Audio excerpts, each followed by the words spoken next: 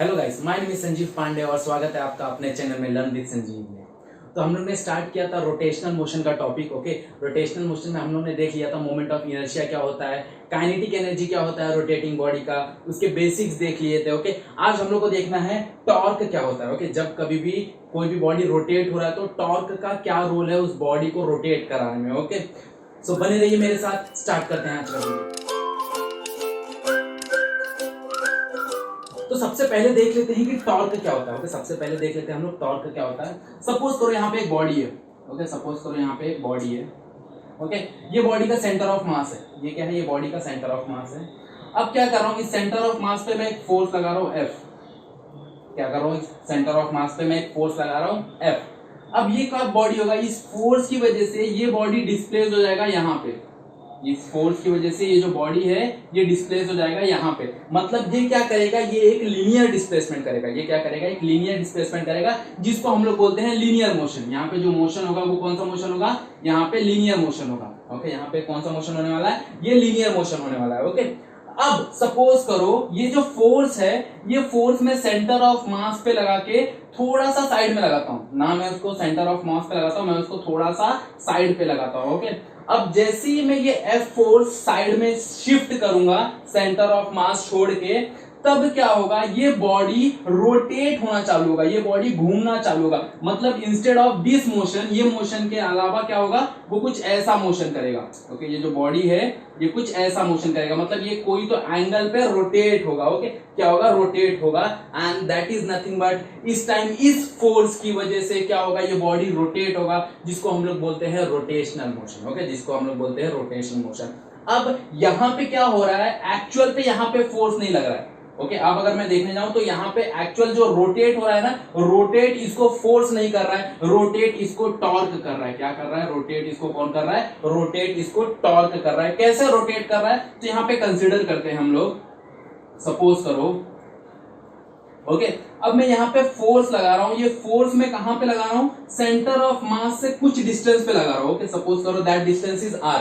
Okay, ये centre of mass से मैं कुछ डिस्टेंस पे लगा रहा हूं, सपोज करो r डिस्टेंस पे। तो एक्चुअल में इस बॉडी पे जो चीज अप्लाई हो रहा है, वो अप्लाई क्या हो रहा है, वो अप्लाई हो रहा है force into that distance. Okay, वो क्या अप्लाई हो रहा है, वो अप्लाई हो रहा है force into that distance. And the force into that distance is known as torque. उसको ही हम लोग क्या बोलते हैं, उसको हम लोग बोलते हैं टॉर्क। इस force into that perpendicular distance को हम उसको क्या बोलते हैं, टॉर्क बोलते हैं। ओके, व्हाई परपेंडिकुलर डिस्टेंस, तो हमेशा एक चीज याद रखना कि जो मैं फोर्स लगाऊंगा ना, अगर समझो मैं एक एंगल में फोर्स लगा रहा हूं, सपोज करो मैं एक एंगल में फोर्स लगा रहा हूं, दैट इज F।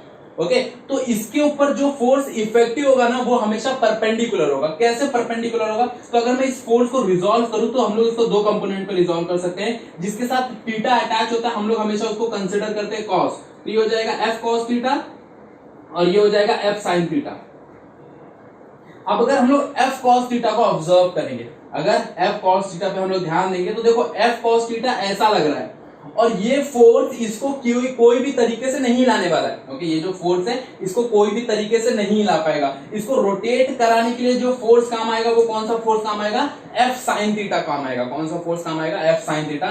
तो जब F sin थीटा मैं इसके ऊपर लगाऊंगा तो ये बॉडी क्या होगा, ये बॉडी क्या होगा, ये बॉडी रोटेट होगा। ये बॉडी क्या होगा, रोटेट होगा। इसका मतलब ये है कि जहां पे रोटेशनल मोशन मुझे प्रोड्यूस करना है, वहां पे मेरे को टॉर्क को लाना ही पड़ेगा, क्योंकि टॉर्क एक ऐसा क्वांटिटी है जो रोटेशनल मोशन प्रोड्यूस कर सकता है। ओके, एग्जांपल कंसीडर करते हैं। सपोज करो ये मार्कर है, ये मार्कर को मैंने यहाँ पे पिन कर दिया है। अब अगर मैं मार्कर को यहाँ पे पिन कर दूं और यहाँ पे मैं फोर्स लगाऊं, तो अगर मैं यहाँ पे फोर्स लगाऊंगा तो इंस्टेड ऑफ मूविंग लीनियर, ये लीनियर नहीं मूव होगा, ये क्या होगा, ये रोटेट होगा। किसी एंगल में ये रोटेट होगा। मतलब क्या प्रोड्यूस होगा, वहां पे प्रोड्यूस होगा टॉर्क। ओके, सो अगर हम लोग टॉर्क को डिफाइन करेंगे तो टॉर्क को मैं ऐसे कैसे डिफाइन कर सकता हूं, it is nothing but a product of force and perpendicular distance. Okay, torque is nothing but a product of force and perpendicular distance. Okay, so अगर मैं इसका यूनिट देखना चाहूँ, टॉर्क का यूनिट देखना चाहूँ, तो टॉर्क का ऐसा यूनिट क्या हो जाएगा, टॉर्क का ऐसा यूनिट हो जाएगा। फोर्स का यूनिट क्या होता है, न्यूटन। अब ये r क्या है, it is nothing but a distance, तो इसका यूनिट क्या हो जाएगा, मीटर। इसका डिस्टेंस क्या हो जाएगा, मीटर। अगेन अगर इसका डायमेंशन देखने जाओगे, ये चीज याद हमेशा रखना कि अगर हम लोग को कोई भी चीज को बेसिक करना है, ओके, इजी करना है हम लोग किसी भी टॉपिक को, तो उसका डायमेंशन फॉर्मूला यूनिट और डेफिनेशन, ये चीजें याद होनी चाहिए। तो हमको वो चीज समझने में, लाइक उससे एडवांस चीज समझने में बहुत इजी हो जाएगा। ओके, तो सपोज करते हैं डायमेंशन। डायमेंशन क्या होगा, अगर मैं ध्यान दूं डायमेंशन पे, तो न्यूटन का डायमेंशन क्या होता है हमको पता है। न्यूटन का dimension L1 M1 T-2। Okay, but यहाँ पे क्या है, मीटर है, मीटर L1 रहेगा, तो दिस L1 एंड L1 यहाँ पे क्या हो जाएगा L2, तो ये क्या हो जाएगा L2। तो L2 M1 T-2 is nothing but a dimension of torque. Okay, basically हम लोग टॉर्क को टाउ से डिफाइन करते हैं, ऐसा रिप्रेजेंट करते हैं हम लोग, टाउ लिखते हैं इसको। ओके, टॉर्क को हम लोग टाउ से डिफाइन करते हैं, रिप्रेजेंट करते हैं। क्लियर? सो ये हो गया टॉर्क। ओके, ये हो गया टॉर्क। टॉर्क एक्चुअल क्या होता है, तो टॉर्क एक ऐसी क्वांटिटी है जो किसी भी बॉडी को रोटेट करता है। ओके, अब अगर मैं इसको रिलेट करता हूं फोर्स के साथ, जैसे हम लोग ने बात किया है कि हम लोग क्या करेंगे, रोटेटिंग मोशन को समझने की कोशिश करेंगे। उसको कैसे समझेंगे, एनालॉगस विथ, किससे करेंगे, लीनियर मोशन के साथ करेंगे। ओके, तो टॉर्क को समझने की कोशिश करते हैं किसके साथ, सो लीनियर मोशन के साथ। ओके, सपोज करो अगर कोई बॉडी को, ओके, अगर कोई बॉडी को लीनियर मोशन में करना है, अगर इसको लीनियर मोशन में डालना है, तो मेरे को क्या अप्लाई करना पड़ेगा, मेरे को अप्लाई करना पड़ेगा फोर्स। बट अगर किसी भी बॉडी को मेरे को रोटेशनली मूव करना है, इसको क्या करना है, मेरे को इसको रोटेट करना है, इसको मेरे को रोटेशन देना है, तो मेरे को क्या अप्लाई करना पड़ेगा, मेरे को अप्लाई करना पड़ेगा टॉर्क। ओके, टाउ अप्लाई करना पड़ेगा। इसका मतलब ये है कि फोर्स और टाउ में क्या है, रिलेशन है। मतलब अगर मैं लीनियर मोशन में फोर्स लगा रहा हूं, तो रोटेशनल मोशन में क्या लगाना पड़ेगा, मेरे को टॉर्क लगाना पड़ेगा। जैसे हम लोग ने रिलेशन देखा था kinetic energy of linear body और kinetic energy of rotating body, वैसे ही अगर मैं फोर्स लगा रहा हूं तो मैं बॉडी को क्या कर रहा हूं, लीनियर मोशन दे रहा हूं। बट अगर मैं टॉर्क लगा रहा हूं तो बॉडी को मैं क्या कर रहा हूं, रोटेट कर रहा हूं। इसका मतलब ये है कि force is nothing but analogous of torque और torque is nothing but analogous of force. Okay, अब मैं टॉर्क का फॉर्मूला डायरेक्टली निकाल सकता हूं फॉर रोटेटिंग बॉडी। जब बॉडी रोटेट हो रहा है तो टॉर्क का क्या फॉर्मूला होगा, मैं डायरेक्टली निकाल सकता हूं with the help of analogous. कैसे निकाल सकते हैं, देखो, तो व्हाट इज फोर्स का फॉर्मूला, फोर्स का फॉर्मूला होता है mass into acceleration. Okay, force का फॉर्मूला क्या होता है, मास इनटू एक्सेलरेशन। अब अगेन टॉर्क का फॉर्मूला निकालना है। हम लोग ने क्या डिस्कस किया था, हम लोग ने डिस्कस किया था ये जो मास है ये किसका एनालॉगस है, तो मास का एनालॉगस हो जाएगा I।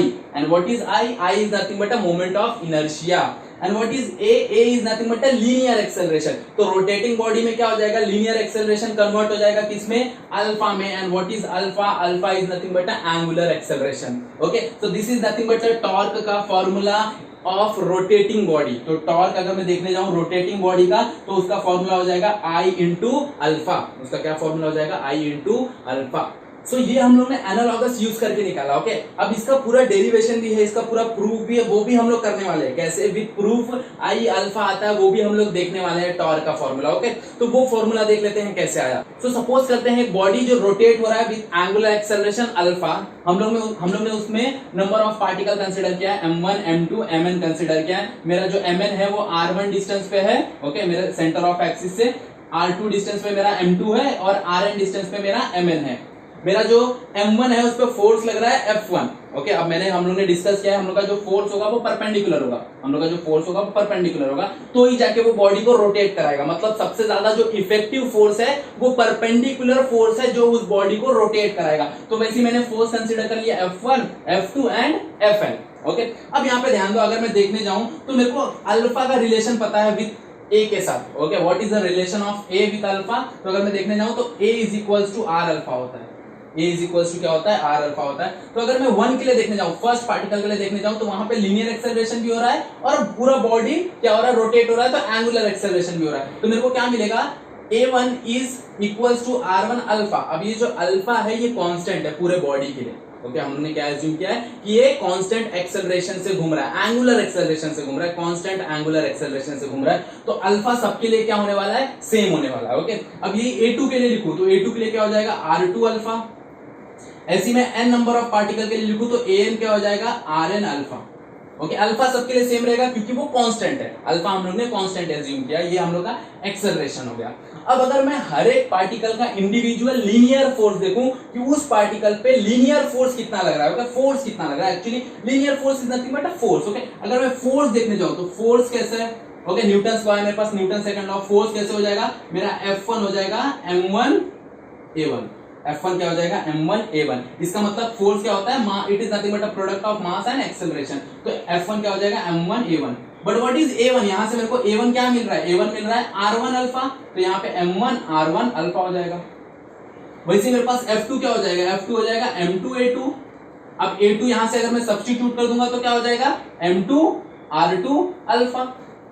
ओके, सेम अगर मैं fn देखने जाऊं तो fn क्या हो जाएगा मेरा, mn an।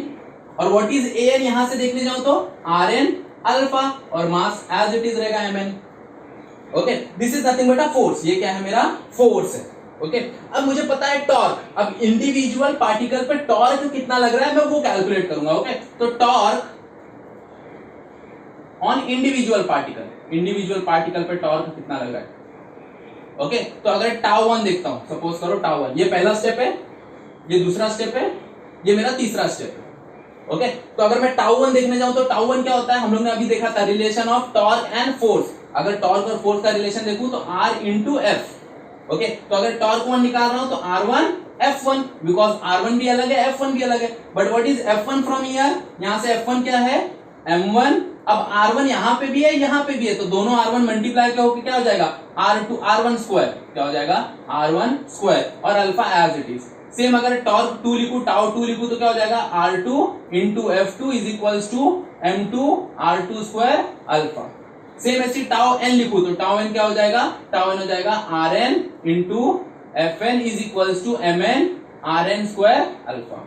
अब ये मैंने इंडिविजुअल पार्टिकल का निकाला, ये जो मेरा टॉर्क है ये इंडिविजुअल पार्टिकल का है। अब अगर मेरे को पूरे बॉडी का निकालना है, जैसे हम लोग ने काइनेटिक एनर्जी क्या किया था, काइनेटिक एनर्जी इंडिविजुअल पार्टिकल का निकाला था, उसके बाद ऐड कर दिया था पूरे बॉडी का निकल गया था, पूरे रोटेटिंग बॉडी का निकल गया था। तो वैसे ही अगर ये पूरे टॉर्क को मैं ऐड कर दूंगा तो मेरे को क्या मिलेगा, total torque of rotating body. तो अगर टोटल टॉर्क निकालने जाऊं, ये मेरा फोर्थ स्टेप हो गया, अगर मैं टोटल टॉर्क निकालने जाऊं, टोटल टॉर्क, तो टोटल टॉर्क क्या हो जाएगा, tau is equals to tau 1 plus tau 2 up to tau n तक, अप टू कहां तक, टाउ n तक।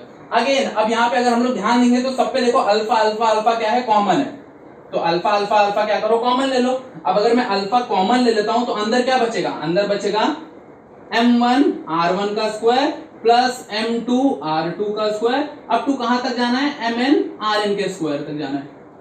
Okay, and what is this, अगर हम लोग इस पे ध्यान देंगे तो ये चीज क्या है, this is nothing but I, ये मोमेंट ऑफ इनर्शिया है। ओके, मोमेंट ऑफ इनर्शिया अगर अभी तक आप लोग ने नहीं देखा है और आपको डाउट है क्या होता है मोमेंट ऑफ इनर्शिया, तो इसके पहले वाला वीडियो आप देख सकते हैं, मैं लिंक आपको डिस्क्रिप्शन में प्रोवाइड कर दूंगा। बट मोमेंट ऑफ इनर्शिया बहुत ज्यादा इंपॉर्टेंट है, उसको बहुत अच्छे से समझ लीजिए। तो this is nothing but a moment of inertia, यही चीज को हम लोग क्या बोलते हैं, मोमेंट ऑफ इनर्शिया। तो अगर मैं इस चीज को रिप्लेस कर दूंगा तो मेरे को क्या मिलेगा, मेरे को मिलेगा tau is equals to I alpha, and this is nothing but a torque का formula of rotating body. Okay, this is nothing but a torque का फॉर्मूला ऑफ रोटेटिंग बॉडी। जब बॉडी रोटेट हो रहा है तो उसके ऊपर आई और अल्फा दोनों लग रहा है। अब आई के साथ वो डायरेक्टली प्रोपोर्शनल है, मतलब मेरा आई बढ़ेगा, मोमेंट ऑफ इनर्शिया बढ़ेगा तो मेरा टॉर्क भी बढ़ेगा, ये चीज याद रखना। ओके, अल्फा के साथ भी वो डायरेक्टली प्रोपोर्शनल है, मतलब अगर मेरा अल्फा भी इंक्रीज होता है तो मेरा टॉर्क भी इंक्रीज होगा।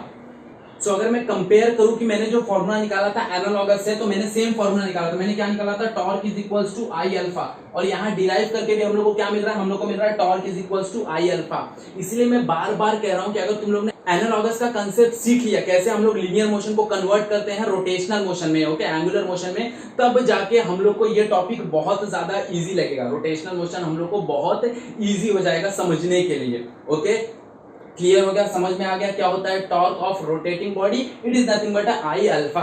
ओके, अब अगर मैं टॉर्क का एग्जांपल कंसीडर करूं तो हम लोग डे टू डे लाइफ में बहुत यूज करते हैं। लाइक जब कभी भी हम लोग दरवाजा खोलते हैं तो हम लोग क्या अप्लाई कर रहे हैं, हम लोग एक्चुअली में टॉर्क अप्लाई कर रहे हैं। ओके, तो टॉर्क का हमारे डे टू डे लाइफ में बहुत ज्यादा इंपॉर्टेंट रोल है। ओके, तो टॉर्क बेसिकली हम लोग कहीं पे भी नजर मारेंगे हम लोग को टॉर्क सीखने मिल जाएगा। तो आई होप आप लोग का टॉर्क का टॉपिक आज पूरा क्लियर हो गया रहेगा। ओके, हम लोग रोटेशनल मोशन में और भी ज्यादा वीडियोस बनाने वाले हैं, और भी बहुत टॉपिक बचा हुआ है। लाइक एंगुलर मोमेंटम क्या होता है, कंजर्वेशन ऑफ एंगुलर मोमेंटम क्या होता है, perpendicular and parallel axis theorem जो कि बहुत इंपॉर्टेंट है। परपेंडिकुलर और पैरेलल एक्सिस थ्योरम बहुत ही इंपॉर्टेंट टॉपिक है रोटेटिंग बॉडी का, रोटेशनल मोशन का। तो वो चीज अभी बहुत बाकी है रोटेशनल मोशन में। ओके, और ज्यादा ऐसे वीडियोस के लिए वीडियोस को लाइक कीजिए अगर वीडियोस आपको पसंद आ रहे हैं। अगर आपको कोई भी डाउट है तो वो डाउट पूछिए, कमेंट बॉक्स में पूछ सकते हैं, इंस्टा चैनल पे पूछ सकते हैं, मुझे ईमेल कर सकते हैं, मैं ईमेल आईडी भी प्रोवाइड कर दूंगा। ओके, और ऐसे कंटेंट के लिए आप चैनल को सब्सक्राइब कर सकते हैं। तो आज का वीडियो हम लोग यहीं पे एंड करते हैं।